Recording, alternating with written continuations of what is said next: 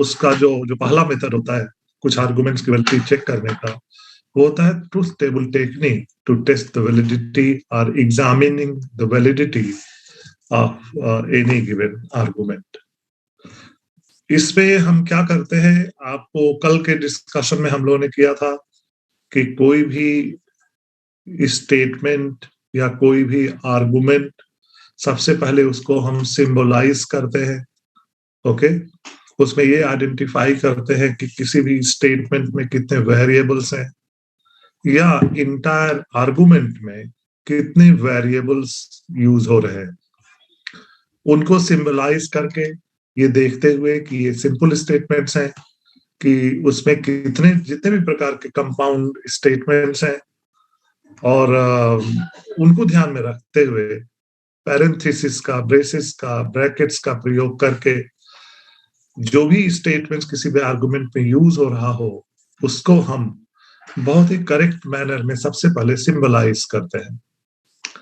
लेकिन जो भी आर्गुमेंट होता है, जो भी कोई गिवन आर्गुमेंट है, इसके पहले कि हम सिंबलाइज भी करें, जैसे मान लो कि कोई आर्गुमेंट हो all poets are philosophers, okay, Tagore is a poet, therefore Tagore is a philosopher. अगर इस प्रकार का कोई आर्गुमेंट है तो जैसे कि आप देख पा रहे हैं स्क्रीन पर, तो right each premise on a separate line, यानी उसको सबसे पहले फॉर्मुलाइज स्टैंडर्ड फॉर्मेट में उसको आर्गुमेंट को रखते हैं। सबसे पहले जैसा कि आपने ट्रेडिशनल लॉजिक में पढ़ा था कि सबसे पहले मेजर प्रेमाइज रखते हैं, फिर माइनर प्रेमाइज, फिर कंक्लूजन। ओके, यानी अगर मान लीजिए यहाँ मेजर माइनर का ना भी ध्यान दिया जाए तो जो भी आर्गुमेंट है उसके प्रेमाइज को पहले रखते हैं। Okay, and write the conclusion of the premise and separate it by a horizontal line. That is what we do. एक horizontal line हम put कर देते हैं, then therefore करके हम conclusion लिख देते हैं। ओके, फिर उसका ट्रूथ टेबल बनाने के पहले उसको हम सिंबलाइज कर सकते हैं। जैसे मान लीजिए अगर ये स्टेटमेंट हो कि ये जो ट्रेडिशनल आर्गुमेंट था, जिसको ट्रेडिशनल लॉजिक में जो हम लोगों ने कैटेगोरिकल सिलोजिज्म की बात की थी, वो यहाँ उतना अप्रोप्रिएट नहीं होगा, बल्कि यहाँ पर हमको देखना होगा कि जो हाइपोथेटिकल सिलोजिज्म के जो आर्गुमेंट हो या डिसजंक्टिव सिलोजिज्म के जो आर्गुमेंट हो, उसकी वैलिडिटी चेक करने के लिए ट्रूथ टेबल टेक्निक का प्रयोग किया जाता है। क्योंकि दो सिंपल स्टेटमेंट होंगे पी, फिर अगर मान लीजिए दूसरा स्टेटमेंट उसको क्यू कर दो, फिर तीसरे को आर कर दो, तो पी क्यू आर ऐसे कर दोगे तो उससे थोड़ी आप कोई आर्गुमेंट बनेगा ही नहीं ना, सिंबॉलिक लॉजिक के हिसाब से। तो जैसे कोई आर्गुमेंट कोई गिवन हो तो उसमें प्रेमाइजेस को सबसे पहले लिखते हैं, फिर कंक्लूजन, उस कंक्लूजन लिखने पहले हॉरिजॉन्टल लाइन लिखते हैं, और make a truth table using a column for each premise and a column for the conclusion. कल हम लोगों ने देखा था कि किस प्रकार से, जैसे मान लीजिए किसी दो वेरिएबल से अगर मान लीजिए कोई आर्गुमेंट बना हो, जैसे मान लीजिए एक मोडस पोनेंस का एग्जांपल आप ले लीजिए, तो मोडस पोनेंस में P horseshoe Q, P therefore Q। Okay, supposing ये एक आर्गुमेंट है और इसकी वैलिडिटी आपको ट्रूथ टेबल टेक्निक से चेक करना हो, तो सबसे पहले लिखेंगे P हार्शु Q 1, सेकेंड में लिखेंगे P, फिर एक हॉरिजॉन्टल लाइन खींचेंगे, फिर लिखेंगे देयरफॉर Q। ओके, अब इसके लिए ये लास्ट पॉइंट जो दिखा जा रहा है कि इसके लिए सबसे पहले ट्रूथ टेबल बनाएंगे। ट्रूथ टेबल में ट्रूथ और फॉल्सिटी की 4 पॉसिबिलिटीज हैं, तो P Q then P horseshoe Q, okay, and और P Q का ऑलरेडी बना हुआ है। तो अगर इसको चेक करना हो ट्रूथ टेबल टेक्निक से कि ये आर्गुमेंट वैलिड है कि नहीं, तो इसमें हम क्या करते हैं कि सबसे पहले हर रो में प्रेमाइजेस प्रेमाइज और कंक्लूजन सभी का रो में ट्रुथ टेबल बना लेते हैं। जैसे P horseshoe Q P therefore Q, ये जो आर्गुमेंट होगा ये बड़ा सिंपल आर्गुमेंट है। तो P Q P horseshoe Q इतना ही बना देते हैं तो भी हम चेक कर सकते हैं इसकी वैलिडिटी। तो इसकी वैलिडिटी चेक करने का तरीका ये होता है कि for the argument to be valid, अगर किसी भी आर्गुमेंट को वैलिड होना है तो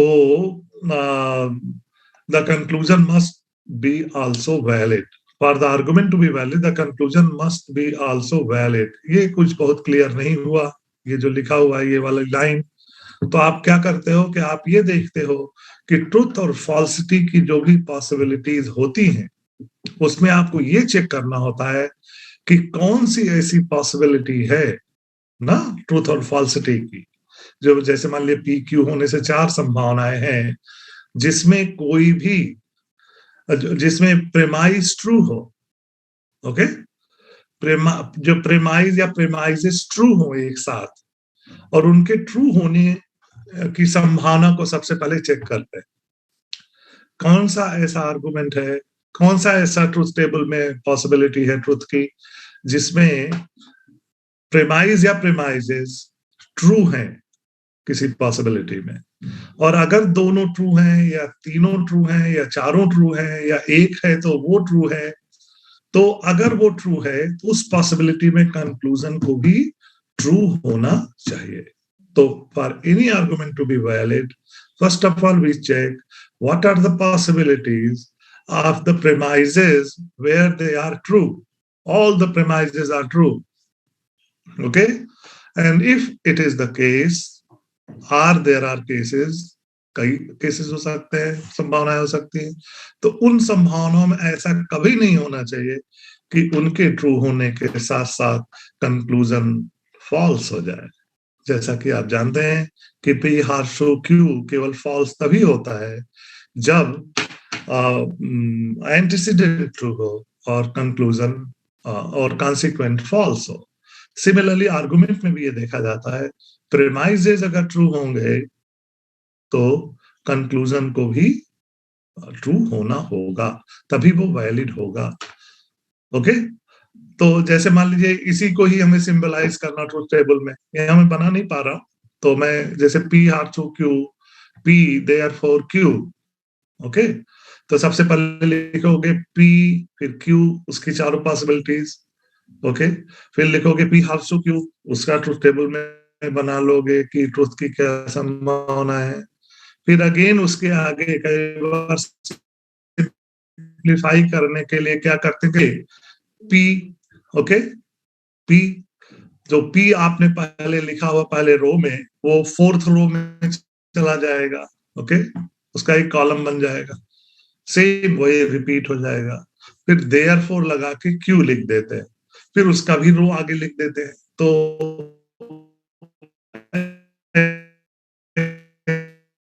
से एक सी within bracket dot Q square bracket therefore sorry हमको लग रहा है इंटरनेट कनेक्शन की दिक्कत आ रहा है ना, ओके, अच्छा बीच में मुझे आया कि कनेक्शन एरर दिख रहा है,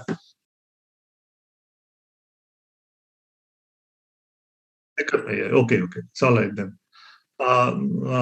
तो उसमें क्या होगा कि P horseshoe Q within small bracket dot Q फिर स्क्वायर ब्रैकेट फिर हार्सो मतलब P horseshoe Q dot P फिर पूरा उसको क्लोज करके फिर हार्सो लगा के, I am sorry, P horseshoe Q एक ब्रैकेट में डॉट पी फिर ब्रैकेट क्लोज करेंगे फिर हार्सो लगाएंगे फिर लिखेंगे क्यू। तो आप ऐसे भी क्या कर सकते हो, इसको भी लिख के लास्ट रो में चेक कर सकते हो क्या सभी में ये ट्रू हो रहा है ना, समझ में आया कि नहीं।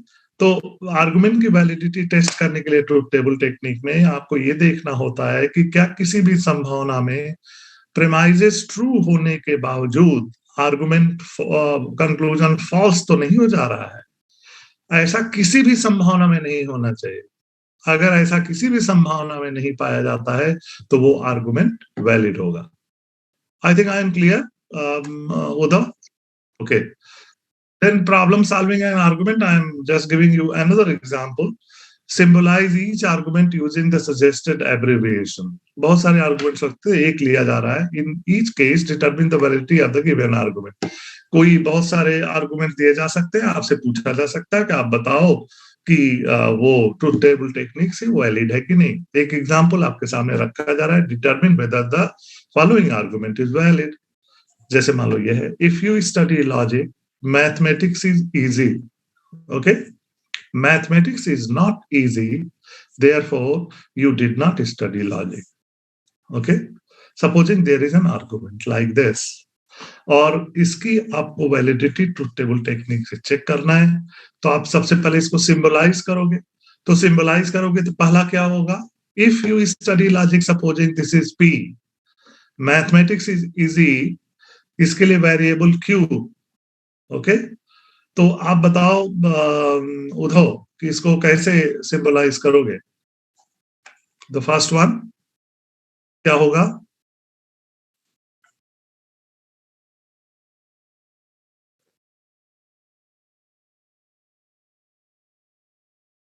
इफ यू स्टडी लॉजिक ना, you study logic, let this be P. Mathematics is P, let it be Q. Then how do you symbolize this? P horseshoe Q हो जाएगा। फिर ये पहला प्रेमाइज हो गया। दूसरा प्रेमाइज है मैथमेटिक्स इज नॉट इजी। यहाँ पर mathematics is easy, this is Q। Mathematics is negation of Q, तो इसको कहेंगे it is not the case that mathematics is easy ना। It is not the case के लिए टिल्डा फिर लगाओगे Q। देयरफॉर एक लाइन ड्रा करोगे, फिर लिखोगे you did not study logic. इसका क्या होगा? Negation of P। तो इसको कहते हैं मॉडस टोलेंस। अगर आपने पढ़ा हो ना, इसको कहते हैं modus tollens. P horseshoe Q, not Q, therefore not P। हाँ, तो ये जैसे ये मैंने जस्ट कहीं से ये बारो किया था, इसी के लिए इस प्रकार से लिखा हुआ है। यहाँ हार्शु का प्रयोग नहीं किया गया है, टिल्डा का तो किया गया है। बट दिस, ये जो है ना, ये जो एरो बनाया गया है टुवर्ड्स दिस, इसको हार्शु के स्थान पर इसका भी प्रयोग होता है। बहुत सारे लॉजिशियंस हार्शु की जगह इसका भी प्रयोग करते हैं। तो जैसे ना, जैसे एस और ई में पी क्यों ना करके उसको एस और ई मान लिया जाए, इसको एस, इसको ई। तो इस तरह से इसको सिंबलाइज किया जा सकता है, एस हार्शु ई। इसको let us read this as horseshoe ना, इंस्टेड ऑफ दिस एरो, क्योंकि हार्शु का हम प्रयोग कर रहे हैं तो यहाँ हार्शु कर लेते हैं। S horseshoe E, negation of E, therefore negation of S ना। This is another example of modus tollens, जहां पर P की जगह S और E का प्रयोग हम कर रहे हैं। तो यहाँ पर जो ट्रूथ टेबल हम बनाएंगे, ट्रूथ टेबल के माध्यम से इसको देखा जा सकता है। S और E, अगर दो वेरिएबल है किसी भी इस पूरे आर्गुमेंट में, दो ही वेरिएबल है S और E, तो S और E का ट्रूथ टेबल इस तरह से बनेगा। Okay, true true false false, true false true false. यहाँ पर दूसरा आपको देखना है एस हार्शु ई ना। एस हार्शु ई, ये जो फर्स्ट प्रेमाइज है, ये मैं आपको बताने की कोशिश कर रहा था, लेकिन मैं बिना उसको ड्रॉ किए हुए बता रहा था, तो इट वाज बिकमिंग वेग। लेकिन अगर ये सामने ये रख दिया जाए तो सिंपल हो जाता है। इसलिए लॉजिक के लिए ऑफलाइन क्लास में ब्लैक बोर्ड या आपके पास कुछ होना चाहिए, तो it becomes very easy to understand ना। पर समटाइम्स व्हेन यू आता ना, तो समटाइम्स उसको रिलेट करने में थोड़ी सी दिक्कत आती है। That is why I am using deliberately all this. तो ये जो पहला प्रेमाइज होगा एस हार्शु ई, आप देखेंगे कि अगर दोनों ट्रू हैं तो ये ट्रू होगा, अगर एक ट्रू है एक फॉल्स है तो ये फॉल्स होगा, अदरवाइज ये ट्रू हो रहा है ना। So this is the truth table for S horseshoe E, and this is premise number 1। Then premise number 2 is negation E. E का यहाँ पर वैल्यू दिया हुआ है, ट्रूथ वैल्यू, तो निगेशन ई इसका जस्ट अपोजिट होगा। तो T would be false, F would be true, T would be false, F would be true. तो ये निगेशन ई का होगा, टिल्डा ई का ये रो हो गया। उसी तरह से कंक्लूजन है negation S, okay, C means यहाँ conclusion, first premise, second premise, C is the conclusion, negation S, negation S का ये इसका ठीक अपोजिट हो जाएगा, ये S का ऑलरेडी दिया हुआ है, ऐसे ड्रॉ करते हैं ना, ये you must be knowing all this. हमारे पास अगर ट्रूथ टेबल टेक्निक पढ़ा होगा, जरूर पढ़ा होगा, I am just repeating since it is given in the syllabus, so I am just maybe it is just a revision for you, okay? So ये negation ही, तो ये देख लिया। अब आपको क्या चेक करने के लिए बोला गया था कि आपको ये देखना है कि in all these 4 possibilities rows, okay, ये जो रोज हैं इसमें कौन सा ऐसा रो है जिसमें दोनों जो प्रेमाइजेस हैं वो ट्रू हैं। वो इसलिए बोला जा रहा है कि this and this taken together, तो एंड करोगे तो यहां डॉट आ जाएगा, तो डॉट इस कब होता है कंजंक्टिव स्टेटमेंट ट्रू, जब दोनों वेरिएबल ट्रू हो, ओके। तो आप देखोगे कि this in the possibility number 4 both the premises are true, okay. When both the premises are true, तो देन द प्रेमाइजेस, जो प्रेमाइज की वैल्यू हो जाएगी वो ट्रू हो जाएगी, T dot T, this dot this, तो ये ट्रू हो जाएगा। तो ये ट्रू हो अगर है तो whether this conclusion implies from the premises, argument की वैलिडिटी टेस्ट करने के लिए देखना होता है whether the conclusion implies, उसमें एक implication relation है कि नहीं। तो implication relation होल्ड करने के लिए जरूरी होता है कि प्रेमाइजेस ट्रू हो तो कंक्लूजन को भी ट्रू होना चाहिए। अगर ऐसा किसी भी संभावना में नहीं होता तो आप देखोगे कि दिस इज ये यहाँ पर एक संभावना में कम से कम ऐसा पाया जा रहा है कि इसके ट्रू होने के बावजूद ये ट्रू हो रहा है, तो दिस इज मटीरियली इम्प्लाइड, इसको कहते हैं मटीरियल इम्प्लीकेशन, ओके। आगे चल के आप पढ़ोगे, यहाँ पर जस्ट मैं एक पॉइंट बोल दूं जिसको आप आगे रिफर कर सकते हो कि मटीरियल इम्प्लीकेशन एक चीज होती है, ओके, और दूसरी चीज, दूसरा एक टर्म होता है जिसको कहते हैं इंटेलमेंट लॉजिक में, वेदर कंक्लूजन इज इंटेल्ड ना, इंटेलमेंट रिलेशन अलग है और इम्प्लीकेशन रिलेशन अलग है, दोनों का अलग अलग मीनिंग है। तो ये दो टर्म यूज होते हैं लॉजिक में, implication and entailment. Entailment is the logical implication, okay, and जो केवल इम्प्लीकेशन बोलते हैं तो इसका मतलब है मटीरियल इम्प्लीकेशन। मटीरियल इम्प्लीकेशन में आप देखते हैं संभावनाएं, तो आप ट्रूथ एंड फॉल्सिटी की कई संभावनाएं हो सकती हैं, और वो जो संभावनाएं होती हैं वो मटीरियल संभावनाएं हैं।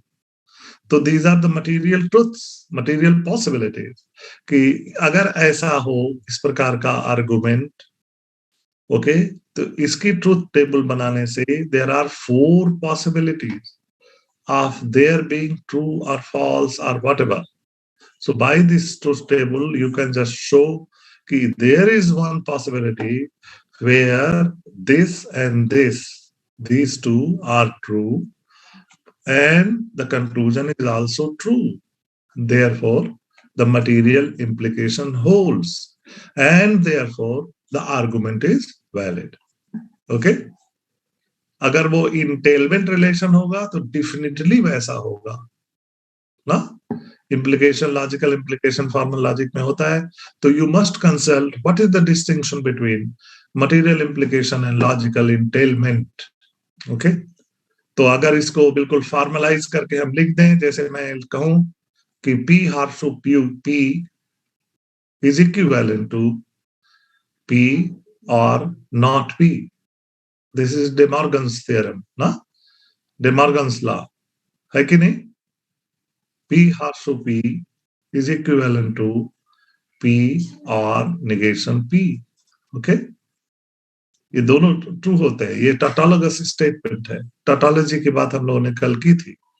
तो यहाँ पर आप देखोगे कि एक जो नेसेसरी कनेक्शन आप देख रहे हो, यहाँ इंटेलमेंट रिलेशन है, logical entailment, okay. I am leaving that you may know when you go deeper into the formal logic, truth functional logic, जो कि ये तो बहुत ही एलिमेंट्री चीजें हैं जो मैं यहाँ पर डिस्कस कर रहा हूँ। जैसी जरूरत होगी लॉजिकल टूल को ठीक से समझना, जब आप किसी कॉम्प्लेक्स आर्गुमेंट में आगे प्रोसीड करोगे रिसर्च में, तो आपको depending on the topic, depending on how you are arguing, आपको जो लॉजिकल टूल्स हैं आर्गुमेंट के उसको कंसल्ट करना होगा और लॉजिकली करेक्ट मैनर में अपने आर्गुमेंट को पुट अप करना होता है।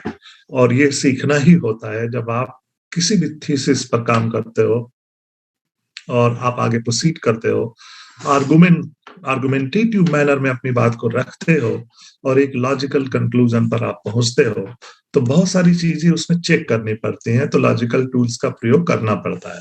तो ये जरूरी होता है, पर ये जो सिलेबस का हिस्सा है मैं उसको ही कवर कर रहा हूँ। Determine whether the argument is valid. Okay, there is another argument. You will be eligible for a grant if you meet all the criteria. You do not meet all the criteria, therefore, so you are not eligible for the grant.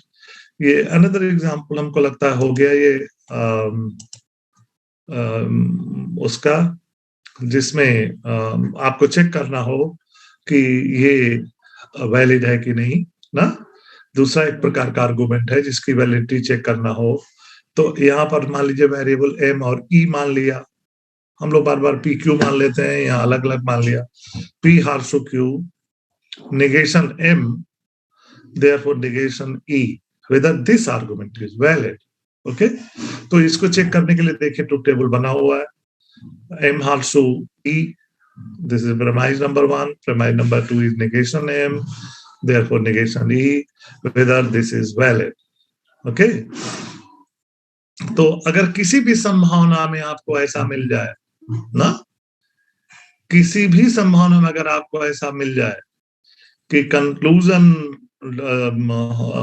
False हो जा रहा है जबकि उसके प्रेमाइजेस true हो, तो बस उसको आपको अंडरलाइन कर लेना होता है, उसको आइडेंटिफाई कर लेना होता है। अगर ऐसा किसी भी संभावना में पाया जाएगा, यहाँ पर 4 संभावनाएं हैं, तो यहाँ संभावना नंबर 3 में ऐसा मिल रहा है कि both the premises are true together but the conclusion is false, therefore this argument can never be valid ना, it has to be invalid. ठीक है उद्धव, ठीक है ना। तो ये इस प्रकार का ट्रूथ टेबल टेक्निक से इसको चेक करते हैं। अब यहाँ पर हम लोग स्मॉल आर्गुमेंट्स ही ले रहे हैं और कॉम्प्लेक्स आर्गुमेंट्स भी हो सकते हैं, ओके, जिसमें बहुत सारे जो रूल्स ऑफ इन्फ्लुएंसेस हैं उसको भी चेक किया जा सकता है, उसको भी, या बहुत सारे आर्गुमेंट्स हो सकते हैं जिसको सिंबलाइज करने की बात हो सकती है। हम लोग तो बहुत सिंपल सा जस्ट सैंपल ले रहे हैं ताकि हम बता सकें कि वैलिड कब होता है और इनवैलिड कब होता है। तो rules of validity and rules of invalidity, determine whether the arguments is valid, ये हम लोग ऑलरेडी कर चुके हैं ना, P horseshoe Q, P therefore Q. उसके बाद आती है बात problem solving and arguments. Supposing अब थोड़ा सा कॉम्प्लेक्स कर दिया, P horseshoe Q, Q horseshoe R, therefore P horseshoe R. ये बताइए किसका एग्जाम्पल है, ये आप जानते होंगे अगर पढ़े हो। What type of argument is this as per the rules of influence?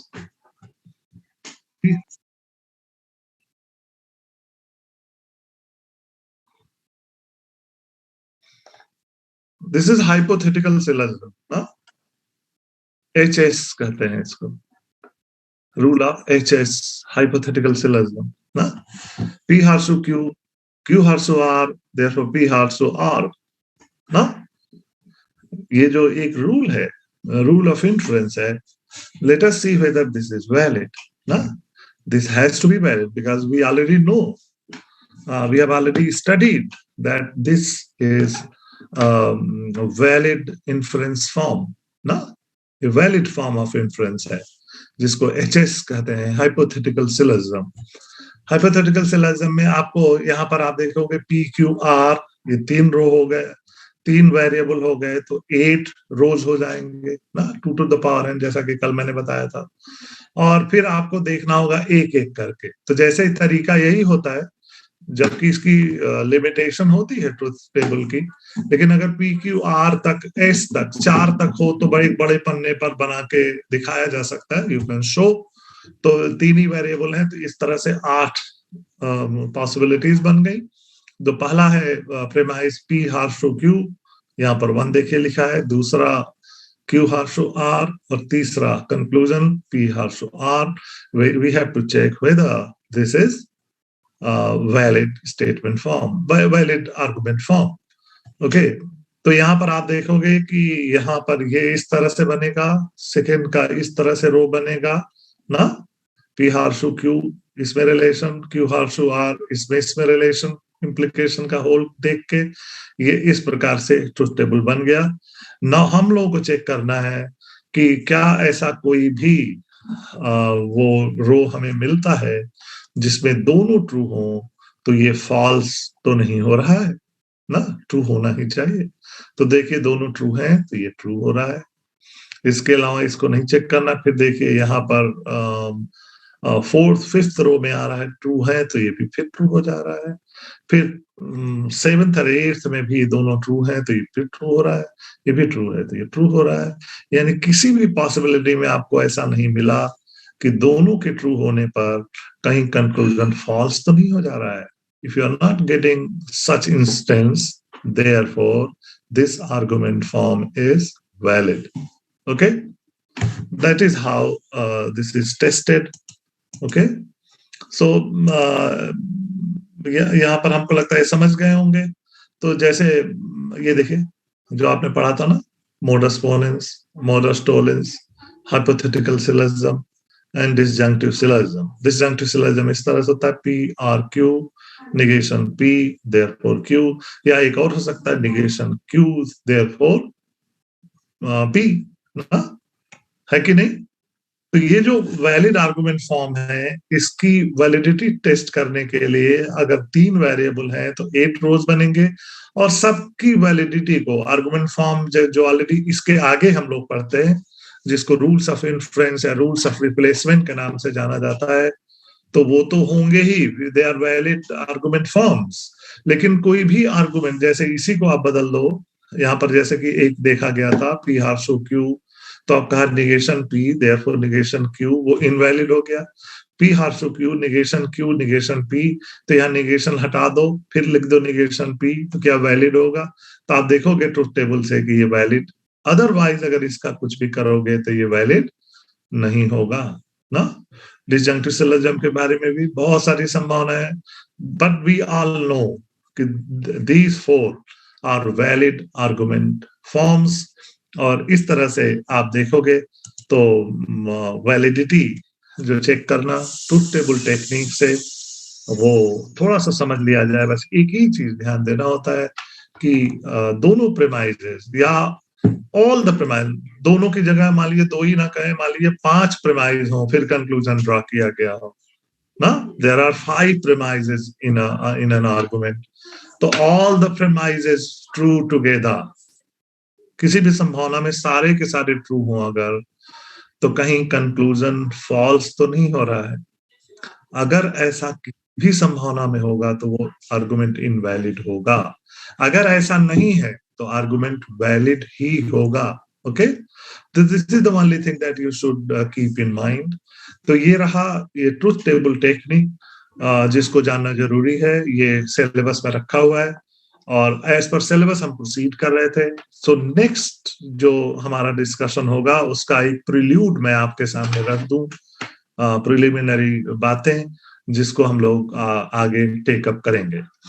ये जितनी भी बातें अभी तक हम लोगों ने डिस्कस की लॉजिक में, ये था deduction, okay, deductive form of inference.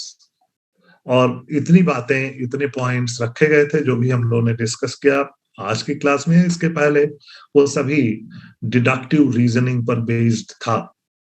इसके अलावा जो सिलेबस में ये भी जानना जो दिया गया है वो भी जानना जरूरी है, जिसको शुरू में कुछ स्लाइड्स में मैंने दिखाया था कि इसके अलावा इंडक्टिव इन्फ्रेंस भी होता है, इंडक्टिव रीजनिंग भी होती है।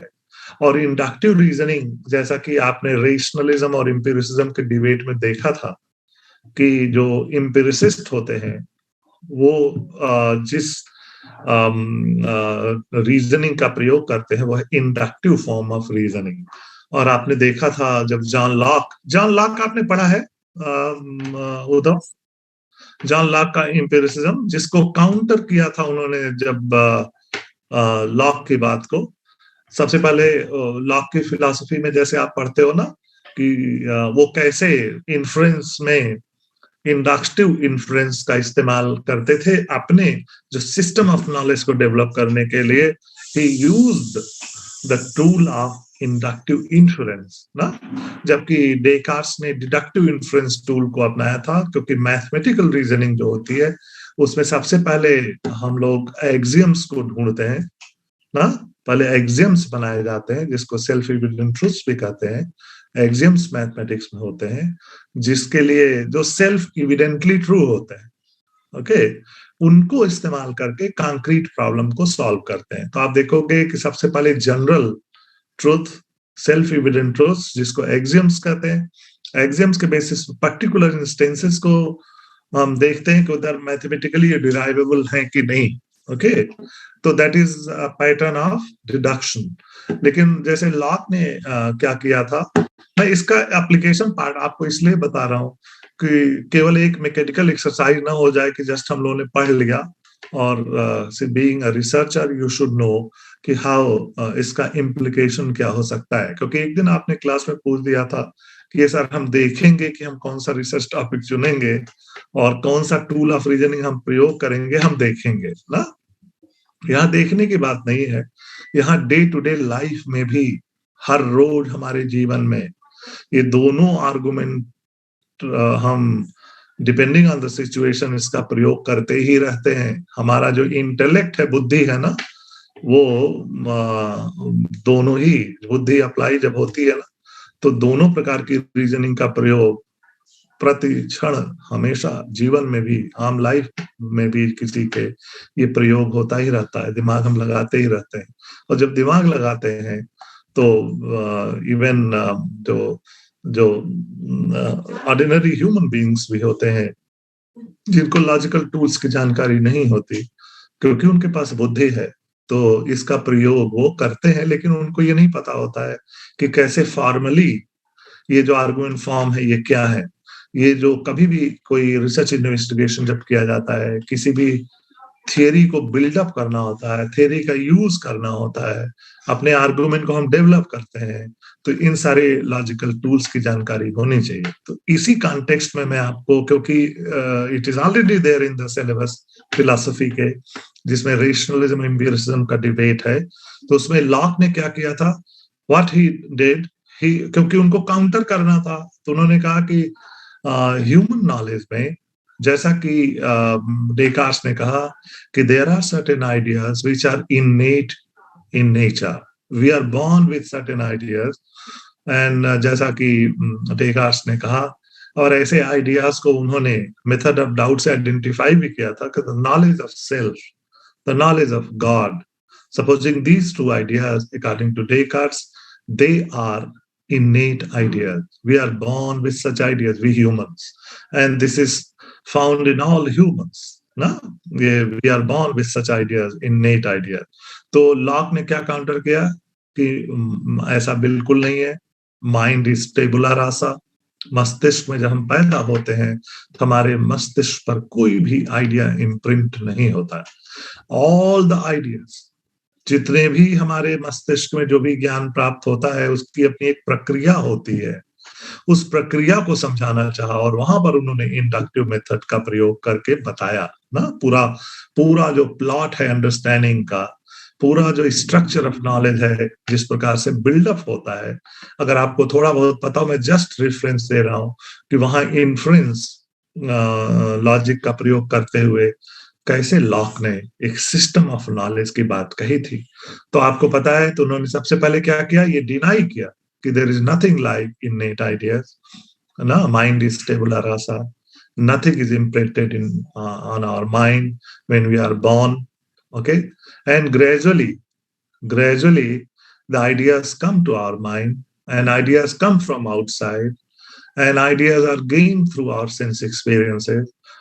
We humans have the five sense organs, ना, और इन सेंसेशन पहले होता है जब किसी इंटरेक्शन हमारा होता है एक्सटर्नल वर्ल्ड से या कहीं से भी एक्सटर्नल वर्ल्ड से, यानी जो ऑब्जेक्ट है वो आउटसाइड है, एक्सटर्नल वर्ल्ड जिसका हम इनकाउंटर करते हैं, वहां पर हमारे पास क्या होता है टूल, हमारे पास फाइव सेंस ऑर्गन्स हैं, हम सेंसेशन की कैपेसिटी है हमारे अंदर।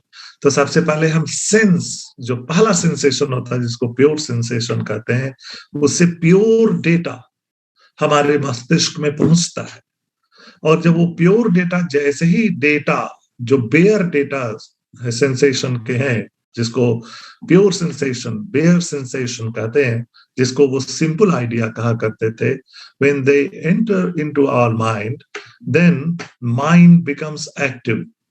ठीक है उद्धव, मैं सही बोल रहा हूं? हेलो? हाँ, माइंड बिकम्स एक्टिव, और माइंड क्या करता है फिर? कॉम्प्लेक्स आइडियाज क्रिएट करता है। जैसे मान लीजिए कि आपसे कोई पूछे कि ये जो दो ऑब्जेक्ट के बीच में कॉजेशन रिलेशन है, क्या कॉजेशन रिलेशन बाहर है वहां, या रिलेशन हम ऐसा देख पा रहे हैं दोनों में ना? तो जो रिलेशन, कॉजेशन का रिलेशन अकॉर्डिंग टू लॉक, वो एक कॉम्प्लेक्स आइडिया है ना, जिसको ह्यूमन माइंड क्रिएट करता है। और फिर वो जो ऐसे आइडियाज को जो क्रिएट करता है, जिसको कॉम्प्लेक्स आइडियाज करते हैं, फिर धीरे धीरे ग्रेजुअली हम ये जो, लेकिन डेटा जितना भी है ना वो बाहर से आता है, जो भी बाहर से आता है, फिर माइंड में इतने कॉम्प्लेक्स आइडियाज और हमारा नॉलेज, ग्रोथ ऑफ नॉलेज संभव हो पाता है। There is a pattern of knowledge, उसका हम जस्टिफिकेशन भी ढूंढते रहते हैं ना, कि जो भी डेटा हमको मिला, जो भी कॉम्प्लेक्स आइडियाज फॉर्म हो रहे हैं, उसका वैलिडेशन भी माइंड करता रहता है। और वैलिडेशन करते करते आप देखोगे कि in the system of knowledge is formed. तो manufacturing of knowledge is such that we follow what, कि सबसे पहले हमें डेटा मिला, डेटा में हम जनरलिटी ढूंढते हैं, उसमें रिलेशन देखते हैं, ओके? तो पर्टिकुलर से हम जनरल की तरफ प्रोसीड करते हैं, और उस पर्टिकुलर से जनरल की तरफ जब हम प्रोसीड करते हैं तो with time we start validating our data ना, माइंड स्टार्ट्स वैलिडेटिंग आवर, जैसे मान लीजिए अभी हम लोगों ने देखा ना, ये रिलेशन देख रहे हैं, ये हमारा माइंड इतना मैच्योर हो गया है अभी तक कि हम ये देख पा रहे हैं, ये रिलेशन, ये टेस्ट कर पा रहे हैं ट्रुथ टेबल टेक्निक से, ओके? तो ये जो मैन्युफैक्चरिंग ऑफ नॉलेज है, तो एक डिबेट की तरह ये वेस्टर्न ट्रेडिशन में, मॉडर्न वेस्ट में एक डिबेट इमर्ज हो रहा था कि whether how the knowledge gets created, okay, how the knowledge has to be validated. तो सबसे पहले हमें क्या सर्च करना चाहिए? बीइंग अ मैथमेटिशियन वो एक्सियम्स ढूंढ रहे थे, क्या ह्यूमन माइंड में एक्सियम होता है क्या? अगर हमें एक्सियम मिल जाए तो फिर हम बड़ा एक्सियोमेटिक वे में, मैथमेटिकल मैनर में हम पूरे नॉलेज सिस्टम को बता पाएंगे। और उनका कहना था, जब मिल गया उनको मेथड ऑफ डाउट से, डेकार्ट्स को या रेशनलिस्ट को, जैसा कि डिबेट आगे प्रोसीड किया, तो उन्होंने क्या किया कि उनका ये मानना था कि जो रियल नॉलेज है ना, वो हमें केवल बुद्धि से ही प्राप्त हो सकता है। ये जो डिस्कवर हम लोगों ने कर लिया ना कि we are born with some innate idea, ये अनुभव से नहीं मिल सकता। ये बुद्धि, हमारी जो कैपेसिटी है ना, ह्यूमन कैपेसिटी, उससे हम इसको डिस्कवर कर पाते हैं। और ये मनुष्यों के पास एक कैपेसिटी है टू रीजन थिंग्स, ये रेशनल जो कैपेसिटी है, इंटेलेक्ट है, जिसके कारण हम ये सर्च कर पा रहे हैं, ओके? तो the knowledge is gained through the real knowledge, जो authentic knowledge, validated knowledge, validation of knowledge, ये बुद्धि से ही हो सकता है। इसको काउंटर कर दिया लॉक ने। लॉक ने नया स्कीम ऑफ नॉलेज बताया, जो कि केवल अनुभव से, और उसके लिए जो आर्गुमेंटेटिव टूल का प्रयोग किया हुआ है, इंडक्टिव टूल ऑफ रीजनिंग। तो इंडक्शन का मतलब ये होता है डिडक्शन का तो आप समझ गए, जनरल टू पर्टिकुलर ना, कैसे हम कंक्लूजन, एक वैलिड कंक्लूजन ड्रॉ कर सकते हैं, और वहां पर जनरल पर्टिकुलर से कैसे हम किसी जनरल ट्रुथ पर पहुंचते हैं, और उस जनरल ट्रुथ का वैलिडेशन कैसे हो सकता है ना, ये देखना ये मस्तिष्क का काम है। तो जो वो स्कीम रिफर कर रहे थे, जो लॉजिकल टूल, लॉजिकल रीजनिंग का, उसको इंडक्टिव रीजनिंग कहते हैं, आगमनात्मक तर्क कहा जाता है। और विद टाइम ये डिबेट आगे बढ़ा, मैं ये तो नहीं डिस्कस कर रहा हूं, लेकिन आप देखोगे कि जितने भी साइंटिफिक ट्रूथ्स हैं, साइंस क्या बोलता है, साइंस में जो डेटा होता है ना, डेटा एक्सटर्नल वर्ल्ड का जो भी डेटा है, जैसे फिजिसिस्ट है तो फिजिकल फिनोमेना की स्टडी करता है। फिजिकल फिनोमेना क्या है, जो हमारे परसेप्शन में या परसेप्शन की लिमिट में हो, जो परसेप्टेबल हो, वो हमारा फिनोमेना है, उसकी स्टडी हमें करना है। तो जो भी हम उसमें डिस्कवर कर पा रहे हैं, कोई पर्टिकुलर इंस्टेंस देख के हम हाइपोथेसिस फॉर्म करते हैं, हाइपोथेसिस फॉर्म करने के बाद हमें दिखने लगता है कुछ उसमें एक जनरल पैटर्न, पर्टिकुलर्स को देख के उसको परसीव करके कुछ जनरल पैटर्न हमें दिखाई दिया, एक जनरल रिलेशन दिखाई देने लगता है, तो फिर एक हाइपोथेसिस बन जाती है, अच्छा ऐसा होता है क्या, अगर ऐसा होता है तो फिर हम उसको ज्यादा से ज्यादा सैंपल कलेक्ट करने की कोशिश करते हैं और टेस्ट करने की कोशिश करते हैं कि वाकई ऐसा है क्या। तो ऐसे जो ऑब्जर्व या ऑब्जर्वेबल फिनोमेना है, उसमें जो भी पैटर्न हमें जनरल दिखने लगता है, उसमें हम उसको फर्दर इन्वेस्टिगेशन में ले जाते हैं, और एक समय ऐसा आता है फिर हम लॉजिकल टूल का प्रयोग करके देखते हैं कि जो पैटर्न है ना, ये बड़ा जनरल है, इसका काउंटर नहीं हम कर पा रहे हैं, काउंटर करके भी देखते हैं कि क्या इसका अदरवाइज संभव है कि नहीं, इनडायरेक्ट मेथड से भी चेक कर लेते हैं, और फिर आगे चल के वो वैलिडेट हो जाता है कि ये जो जनरल रूल ना, एक नेचुरल लॉ, एक या फिजिकल लॉ, एक साइंटिफिक लॉ, जो भी हम डिस्कवर कर पा रहे हैं, now this is proved, now this is valid. तो ये जो आर्गुमेंट फॉर्म है, इसको कहते हैं इंडक्शन, तो इसका भी प्रयोग होता है। So next time I will discuss one point जिसको कहते हैं इंडक्टिव मेथड। तो इंडक्टिव मेथड तो वैसे अनेक होते हैं, लेकिन उसमें एक बड़ा इंपॉर्टेंट मेथड है जो सिलेबस में रखा गया है, उसको कहते हैं मिल्स मेथड ऑफ कॉजेशन ना। और साइंटिफिक रीजनिंग के लिए स्टुअर्ट मिल का ये जो प्रयोग है, जो उन्होंने कॉजेशन रिलेशन के बीच में जो एक नेसेसिटी कनेक्शन हम कैसे डिस्कवर कर सकते हैं, इसके लिए 5 तरीके उन्होंने सजेस्ट किए, जिसको 5 मेथड्स ऑफ कॉजलिटी, कारणता के 5 विधियां उन्होंने अपनाया, और वो विधियां जानना भी जरूरी होता है। होपफुली आपने पढ़ा होगा, लेकिन इसका डिस्कशन हम नेक्स्ट क्लास में करना चाहेंगे, ठीक है, द मिल्स 5 मेथड्स। उसी तरह से आप, अगर आपने वो दो इंडियन फिलॉसफी पढ़ा है, न्याय पढ़ा है, जैसे न्याय में आपने पढ़ा होगा व्याप्ति संबंध ना, तो व्याप्ति संबंध की बात होती है, जो जब भी वहां इन्फ्लुएंस पढ़ते हैं, वहां भी आपने अनुमान प्रमाण पढ़ा होगा ना, तो अनुमान प्रमाण में व्याप्ति का बड़ा महत्वपूर्ण रोल होता है।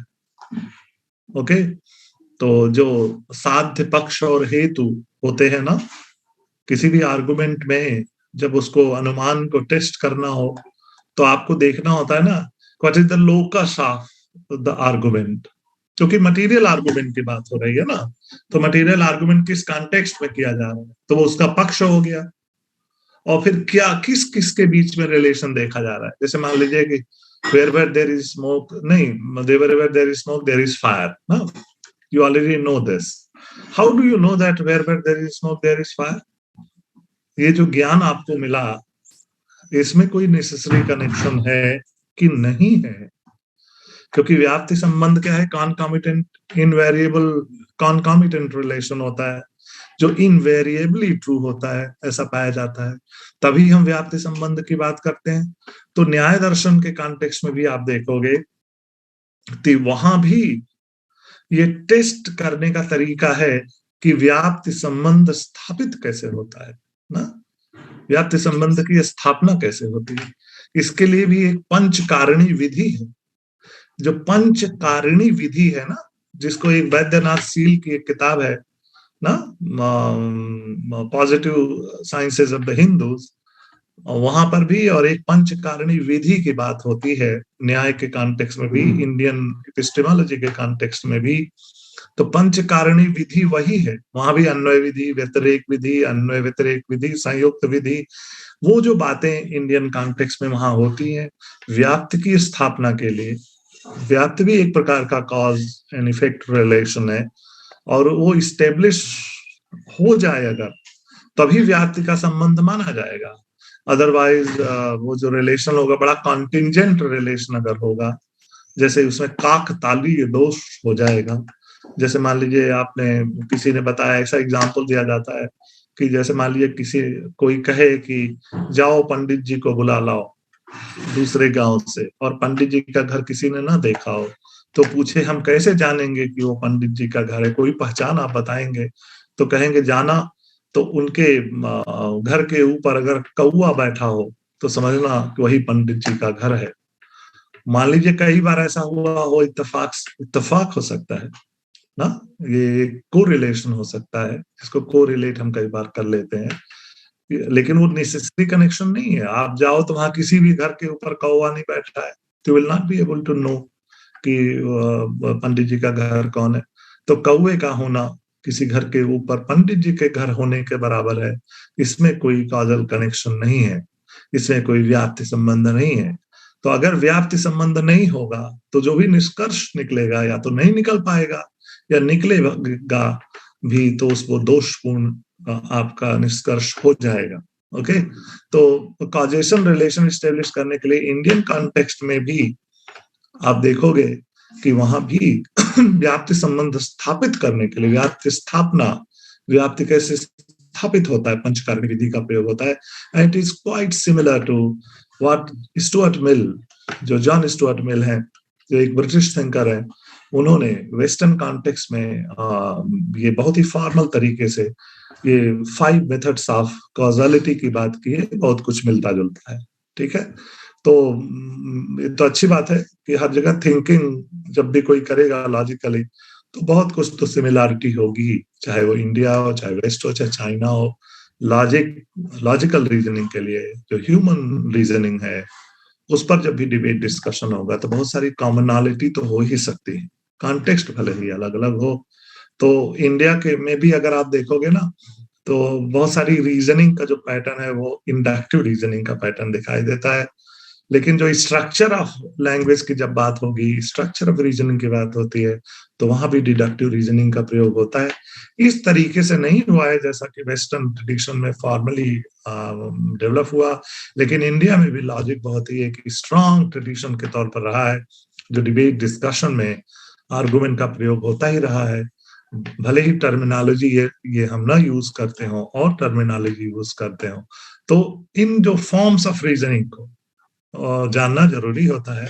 इंडियन कॉन्टेक्स्ट में भी, वेस्टर्न कॉन्टेक्स्ट में भी, या कोई भी आप टॉपिक रिसर्च का जब लेते हो, you must know the different argument forms, और उसको हम कैसे कहाँ अप्लाई करें, कैसे टेस्ट करें। अगर इंपीरिकल स्टडी है तो फिर हमें इंडक्टिव रीजनिंग का सहारा लेना पड़ सकता है, उसको वैलिडेट करने के लिए हमें कोई थियरी रिफर करनी पड़ सकती है, कोई कॉन्सेप्ट, कोई आइडिया कहीं से बारो करना पड़ सकता है। ओके, फिर जाके हमारा जो भी निष्कर्ष होता है वो वैलिडेट हो पाता है। Okay, so let me close our discussion for today, and next time, maybe tomorrow, we shall discuss the 5 methods of causality according to John Stuart Mill. Okay, अब मैं आपके ऊपर छोड़ता